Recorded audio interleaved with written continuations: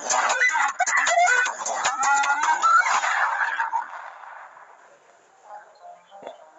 आदमी आपके पास आता है, आपको एमएलएम कंपनी का बिजनेस प्लान दिखाता है, पर आप उसे हल्के में ले लेते हैं, यहाँ तक कि आप में से कुछ लोग उसका मजाक भी उड़ाने लगते हैं। आज मैं आपसे पूछना चाहता हूँ क्यों?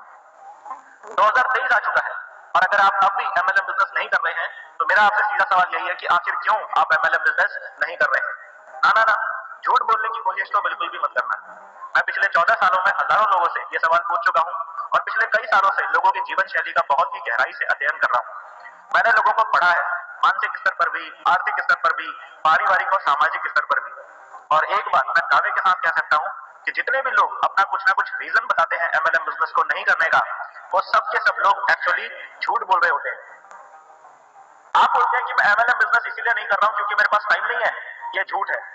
आप बोलते हैं कि मैं एमएलएम बिजनेस इसीलिए नहीं कर रहा हूं क्योंकि मैं पहले भी 2 बार कर चुका हूं पर मुझे नहीं लगता कि ये मेरे बस का काम है, ये बात भी झूठ है। आप बोलते हैं कि मैं एमएलएम बिजनेस इसीलिए नहीं कर रहा हूं क्योंकि मेरे घर वाले मुझे ये बिजनेस करने के लिए मना करते हैं, ये बात भी झूठ है। मेरे पास पैसे नहीं है, मैं पढ़ा लिखा नहीं हूँ, मुझे इस काम में कोई इंटरेस्ट नहीं है या ये काम मेरे लेवल का नहीं है। आप लोगों के द्वारा किए जाने वाले ये सभी दावे थोड़े सफेद झूठ हैं।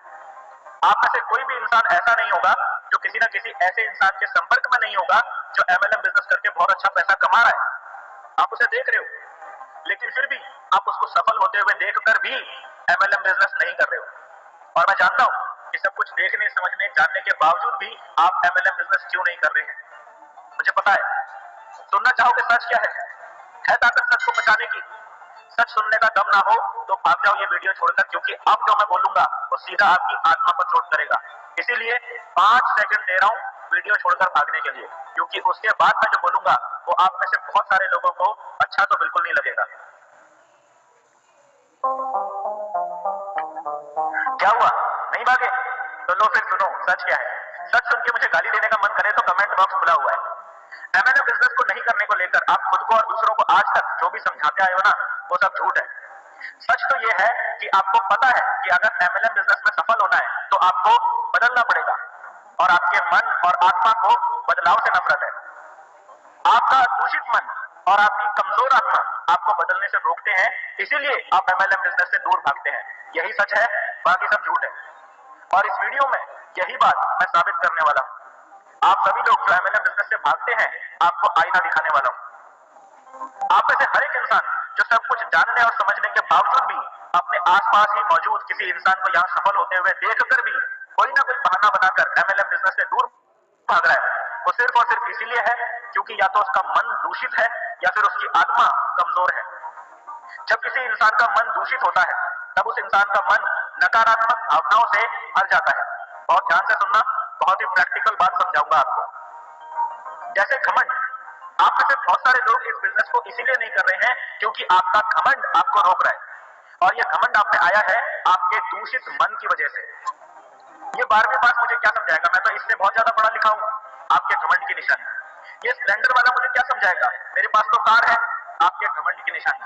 ये टाई लगाकर घर घर घूमने का काम तो सेल्समैन लोग करते हैं, मैं तो सरकारी अफसर हूं। ये है आपके घमंड की निशानी और आपके इसी घमंड की वजह से आप बदलना नहीं चाहते हैं।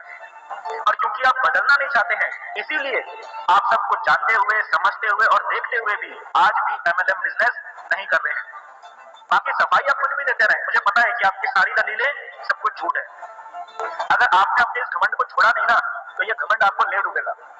आपसे भी बड़े बड़े घमंडी इस दुनिया में पैदा हुए और गुमनामी के अंधेरे में खो गए। आपने अपनी जिंदगी में कितने भी झंडे गाड़े हों, फिर भी अगर आपने इस घमंड को छोड़ा नहीं ना तो आपको कोई याद करने वाला भी नहीं होगा। जब नोकिया और एचएमटी जैसे अपने अपने सेक्टर के नंबर 1 ब्रांड्स को इस दुनिया ने भुला दिया तो तुम्हारी औकात ही क्या है। आपके दूषित मन से पैदा होने वाली दूसरी नकारात्मक भावना है आपका आलस। आप में से कुछ लोग अपने आलस की वजह से भी एमएलएम बिजनेस नहीं कर रहे हैं क्योंकि आपका आलस आपको बदलने से रोक रहा है। ये काम तो मैंने आज तक किया ही नहीं है, अब इस उम्र में नया काम कौन सीखे। घर घर जाकर एक एक आदमी को कंपनी का बिजनेस प्लान और प्रोडक्ट का डेमो कौन दिखाए। यहाँ तो मीटिंग में जाना पड़ता है, ट्रेनिंग में जाना पड़ता है, छे कौन ये सब लफड़े में पड़े। ये सारे नेटवर्कर लोग तो पागल होते हैं, चाहे धूप हो या बरसात हो या कड़कड़ाती ठंड का मौसम हो, जब देखो तब बस टाई लगाकर घूमते रहते हैं। अपने बस की बात नहीं है ये सब करना। और ऐसे ही ना जाने कितनी बातें सोच सोच कर टांग पर टांग रखकर बैठे रहने वालों, तुम इंसान कहलाने के लायक ही नहीं हो। इंसान क्या, तुम तो जानवर कहलाने के लायक भी नहीं हो, क्योंकि तुम्हें जानवर कहना जानवरों की बेइज्जती करना होगा। एक बात मुझे बताओ, अपनी आधी जिंदगी तो तुमने ऐसे ही आलस करते करते निकाल दी, अब क्या अपनी बाकी बची हुई आधी जिंदगी में भी कुछ नहीं करने वाले हो क्या? बस पूरी जिंदगी यूं ही अपने परिवार पर, अपने माँ बाप, बीवी बच्चों और समाज पर एक बोझ बनकर पड़े रहना चाहते हो क्या? और अगर ऐसे ही पड़े रहना चाहते हो ना, फिर तो आप में और लाश में कोई फर्क नहीं है, बस आपका अंतिम संस्कार होना ही बाकी है। आपके दूषित मन में पनप रही तीसरी नकारात्मक भावना है शर्म। पूरी दुनिया में सबसे घटिया जो बीमारी है वो है शर्म। बहुत बहाने बनाते हो ना एमएलएम बिजनेस नहीं करने के। मैं जानता हूं कि आप में से बहुत सारे लोगों को हर बात पर शर्म करते रहने की बीमारी है, इसीलिए तुम लोग एमएलएम बिजनेस से भागते हो। ओ भाई, एक बात मुझे बताओ, कभी कोई गलत काम करते हुए शर्म आई है क्या तुमको? घर में निकलने बैठे बैठे माँ बाप के टुकड़ों पर पलने में शर्म नहीं आती है? चलते चलते सड़क पर कहीं पर भी थूक देने में या गुटखा खाकर दीवार को लाल कर देने में कभी शर्म आई है? कहीं पर भी पैंट की जिप खोलकर शुरू हो जाते हो और दुनिया का नक्शा बना देते हो, वहां शर्म नहीं आती है? चुप चुपा के शराब पीते हो, सिगरेट पीते हो और सोचते हो कि बड़ा बहादुरी का काम किया है, तब शर्म नहीं आती है? आधी जिंदगी निकल चुकी है और आज भी तुम्हारा बैंक बैलेंस खाली पड़ा हुआ है, उस खाली पड़े हुए बैंक बैलेंस को देखकर शर्म नहीं आती है क्या? कोई भी गलत काम करने से पहले तो आज तक तुमने कभी शर्म करी नहीं, कभी शर्माए नहीं, लेकिन जैसे ही कोई नेटवर्कर तुम्हारे पास आता है और तुम्हें बोलता है कि तुम्हारा भी जीवन इस एमएलएम बिजनेस को करके सुधर सकता है, तुम भी करोड़पति बन सकते हो, और उसकी ऐसी पॉजिटिव बातें सुनते ही तुम्हारी सारी नौटंकी चालू हो जाती है। क्योंकि तुम्हारे बाप ने कभी तुम्हें नहीं बोला कि तुम करोड़पति बन सकते हो, तुम्हारे दोस्तों ने कभी तुम्हें नहीं बोला कि तुम करोड़पति बन सकते हो, तुम्हारे टीचर ने कभी तुम्हें नहीं बोला कि तुम करोड़पति बन सकते हो। इसीलिए जब एक नेटवर्कर तुम्हारे घर आता है और तुमसे बोलता है कि तुम भी करोड़पति बन सकते हो, तो तुम्हारा सॉफ्टवेयर हैंग हो जाता है। एक बात याद रखना, जीवन में सफल और अमीर सिर्फ वही इंसान बना है जो कभी शर्म नहीं करता है, और इतिहास उठाकर देख लो, आपको एक भी ऐसा इंसान नहीं मिलेगा जो बहुत शर्म करता था, बहुत शर्मीला था और उसने अपने जीवन में बहुत सफलता हासिल कर ली हो और वो अमीर बन गया हो। ऐसा एक भी इंसान नहीं मिलेगा पूरी दुनिया में। रुको रुको, अभी कहां चल रही है, अभी तो और आईना दिखाना बाकी है। अब बताता हूं तुम्हारी कमजोर आत्मा की हकीकत। तुम्हारी आत्मा अंदर से बहुत ज्यादा कमजोर है, इसीलिए तुम डरपोक हो, कायर हो।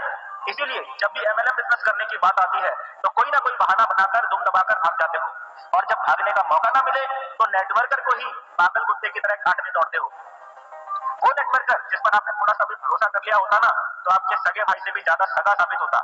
वो नेटवर्कर जो दुनिया में इकलौता इंसान होता जो हर रोज सुबह उठकर भगवान से आपको करोड़पति बनाने की प्रार्थना करता, और ना सिर्फ प्रार्थना करता बल्कि आपकी करोड़पति बनने की राह में सबसे बड़ा मददगार और सच्चा साथी साबित होता। ऐसे नेटवर्कर को गाली देने से बाज भी नहीं आते हो तुम डरपोक लोग। कब तक ऐसे ही डर डर के जीते रहोगे? सर झुका के ये कायरों वाली जिंदगी कीड़े मकोड़ों की तरह कब तक जीते रहोगे? किस बात का डर है तुमको? हारने का? सभी कभी ना कभी हारते हैं, इसमें डरने वाली बात क्या है? दुनिया में ऐसे किसी सफल इंसान को जानते हो क्या जो कभी हारा ना हो? और अगर हारने से इतना ही ज्यादा डर लगता है ना, तब तो एमएलएम बिजनेस करना तुम्हारे लिए और भी ज्यादा जरूरी है। क्योंकि अगर तुम एक बार भी इस एमएलएम बिजनेस को समझने के लिए ढंग से बैठोगे ना, तो तुम्हें ये बात समझ में आ जाएगी कि इस बिजनेस में हारने के लिए कुछ है ही नहीं। क्योंकि तुम्हारी आत्मा अंदर से कमजोर है, इसीलिए तुम में एक और बहुत बड़ी कमी है, और वो है विश्वास की कमी। और जहां होती है विश्वास की कमी, वहां पैदा होती है एक ऐसी भयंकर बीमारी जिसका इलाज दुनिया के किसी भी बड़े से बड़े डॉक्टर के पास भी नहीं है, और वो बीमारी है शक की बीमारी, अविश्वास की बीमारी। ये ऐसी भयंकर खतरनाक बीमारी है जो आपकी सोचने समझने की क्षमता को खत्म कर देती है और आपकी आंखों के सामने एक भ्रम की स्थिति पैदा कर देती है। इसी कारण से आप एमएलएम बिजनेस को और एमएलएम बिजनेस करने वालों को शक की नजरों से देखते हो। उनकी सफलता आपको झूठी लगती है, उनके चेक आपको नकली लगते हैं, उनकी कार, उनका बंगला, यहाँ तक कि उनकी सारी अचीवमेंट आपको फर्जी लगती है। और सच्चे लगते हैं वो प्रोपोगंडी लोग जो बिना किसी जानकारी के, बिना किसी रिसर्च के, सिर्फ अपना व्यक्तिगत एजेंडा साधने के लिए एमएलएम बिजनेस की बुराई करते रहते हैं।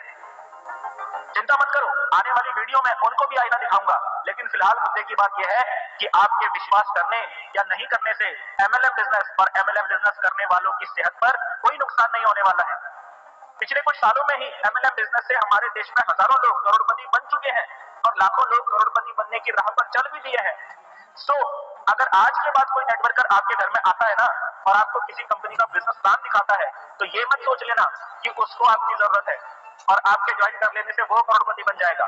कान खोल के सच सुन लो, वो आपके घर आया है ताकि आपको मौका मिल सके अपने जीवन में कुछ बड़ा अचीवमेंट करने का, आपको मौका मिल सके इस बहुत ही मामूली और तकलीफ भरी जिंदगी से बाहर निकलने का। वो आपसे कुछ लेने नहीं बल्कि आपको आपकी जिंदगी का सबसे बड़ा मौका देने आया है। तो ये है सच, कड़वा है मगर सच यही है। अपने अंदर छुपी हुई इन 5 बुराइयों की वजह से ही तुम आज तक एमएलएम बिजनेस से भागते रहे हो। और भागना है तो भागो, क्योंकि दूषित हो चुके मन और कमजोर आत्मा लेकर घूम रहे लोगों की एमएलएम बिजनेस में भी कोई जरूरत नहीं है। लेकिन एक बात याद रख लेना, अगर एमएलएम बिजनेस आपके आसपास कोई कर रहा है और सफल भी हो रहा है और उसे देखते हुए भी यदि आप एमएलएम बिजनेस नहीं कर रहे हो, तो अपने जीवन की किसी भी समस्या के लिए किसी भी दूसरे व्यक्ति को दोष देने का आपको कोई हक नहीं है। कर्जों के बोझ तले दबे हुए हो तो उसके जिम्मेदार आप खुद हो। बच्चों को अच्छे स्कूल में नहीं पढ़ा पा रहे हो तो उसके जिम्मेदार आप खुद हो। आपकी पत्नी आपसे कुछ डिमांड करती है और आप उसे पूरा नहीं कर पा रहे हो तो उसके जिम्मेदार आप खुद हो। पूरा महीना गधा मजदूरी करने के बावजूद भी परिवार के खर्चे बड़ी ही मुश्किल से चला पा रहे हो तो इसके जिम्मेदार आप खुद हो। अपनी नौकरी बचाने के लिए या अगला प्रमोशन पाने के लिए बॉस के तलवे चाटने पड़ रहे हैं और उसकी गलत बात को भी समर्थन देना पड़ रहा है, तो अपनी हालत के जिम्मेदार आप खुद हो। समझ में आया?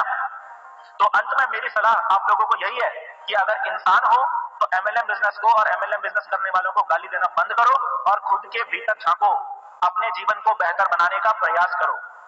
ईश्वर आपको सद्बुद्धि दे और आपका भला करे। हमारे फ्रेंड्स, आप सभी लोगों ने ये वीडियो देखा और मैं